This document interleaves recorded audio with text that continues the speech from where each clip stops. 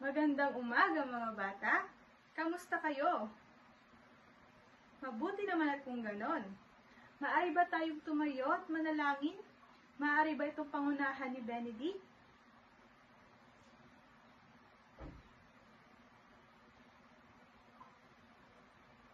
Amen. May lumiban ba sa ating klase? Mabuti naman at kung ganon. Ngayon ay bago tayo dumako sa ating aralin, nais ko lamang tanungin kung ano ang ating napag-aralang nakarang araw. Yes, Benedict? Tama, magaling. Ito ay patungkol sa klima at panahon. Ngayong araw ay handa na ba kayo sa ating aralin? Handa na ba kayo sa ating bagong aralin ngayong araw?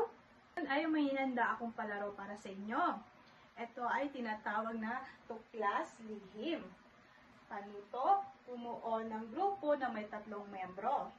Sa inyong grupo, ayusin ang mga letrang nagulo at sabihin ang tamang sagot.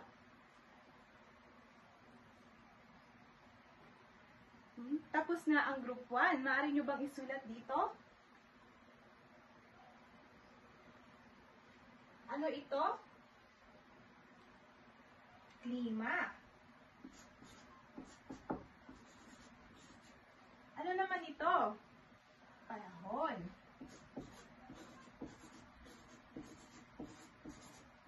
Ano naman ang pangatlo? Tama, anyo, lupa. Ano naman ang pang-4? Tama, anyong tubig.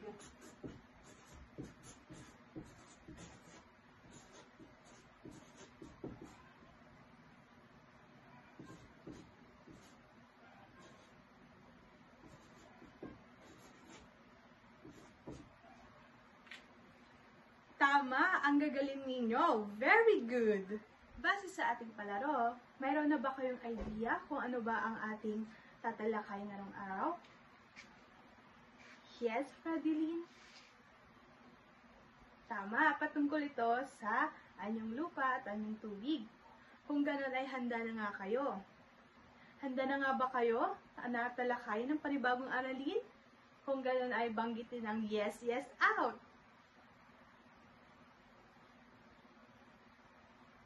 Kung gano'n ay, bago tayo mag-umpisa sa ating aralin, ay may ipapakita akong presentasyon para sa inyo. Paghanda ng papel at lapis at isulat ang mga impormasyon na mahalaga dito. Ang pag-aaralan natin ngayon ay tungkol sa mga anyong lupa at mga anyong tubig sa Pilipinas. Araling panlipunan para sa 3 baitang. Narito ang mga anyong lupa. Una dito ay ang bundok. Ito ang pinakamataas na anyong lupa. Pangalawa ay bulkan. Ito ay isang uri ng bundok. Ito ay maaaring magbuga ng gas, apoy, o mainit na putik at maaaring sumabog. Pangatlo ay ang talampas. Mataas na anyong lupa na ang itaas na bahagi ay patag. Pang-4 ay burol. Mataas na anyong lupa, ngunit mas mababa kaysa sa bundok. Pang-5 ay kapatagan. Mababa, malawak at patag na lupain na maaaring taniman.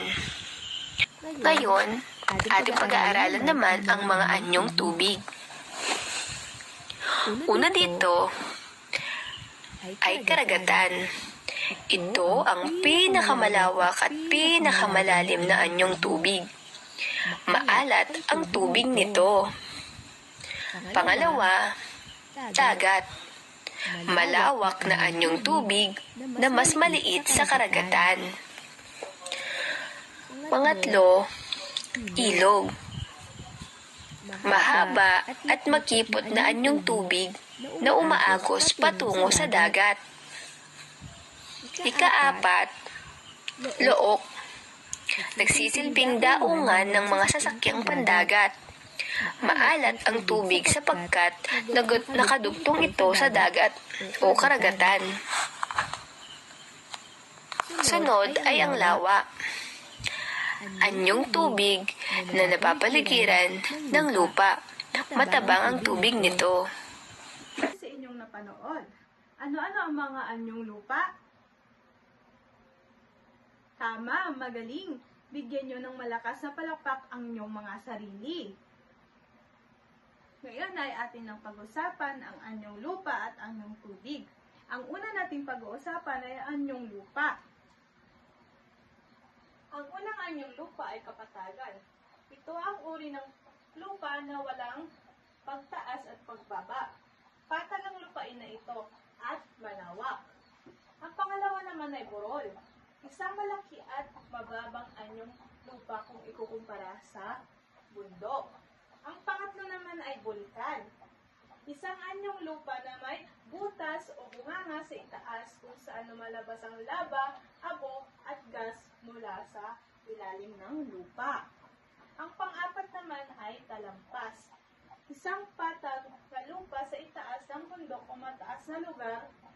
Mas mataas ito kaysa kapatagan, ngunit patag ang ibabaw na ito. Naintindihan ba mga bata? Kung gano'n ay kung naintindihan niyo, magbigay nga kayo base sa aking tinuro na anyong lupa. Tama, very good. Bigyan nyo ng malakas na palakpak ang inyong sarili. Ngayon ay darako naman tayo sa anyong tubig. Ang unang anyong tubig ay ilog. Isang mahaba at makipag na anyong tubig na dumadaloy mula sa mataas na lugar patungo sa dagat o lawa. Ang pangalawa naman ay karagatan, pinakamalawak at pinakamalalim anyong tubig alat.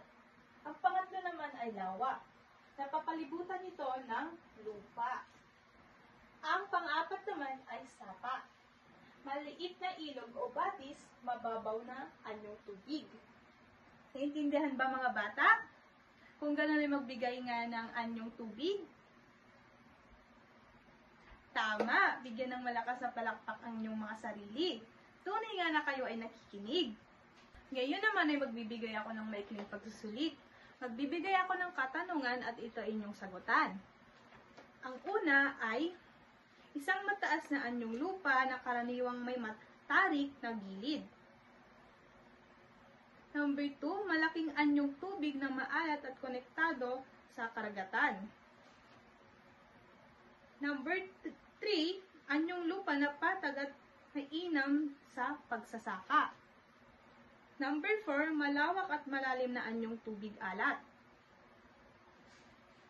At number 5 naman, tubig na dumadaloy mula sa kabundukan patungo sa dagat o lawa. Ilan ang inyong nakuha? Ang gagaling ninyo, bigyan nyo ng malakas na palakpak ang inyong mga sarili. Yun naman, class, paano natin papahalaga ng anyong lupa at anyong tubig? Yes, Rochelle? Tama, dapat natin itong alagaan.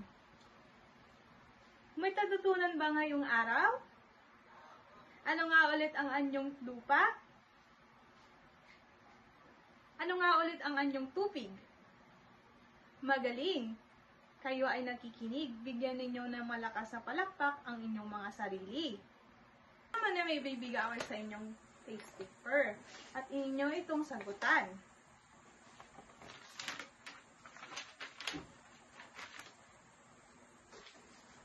Maaari nyo na ibalik sa akin. Ngayon naman ay magkakaroon kayo ng takdang aralin. Pumili ng isang anyong lupa at anyong tubig. At iguhit ito. Ilagay ito sa long bond paper at kulayan ito.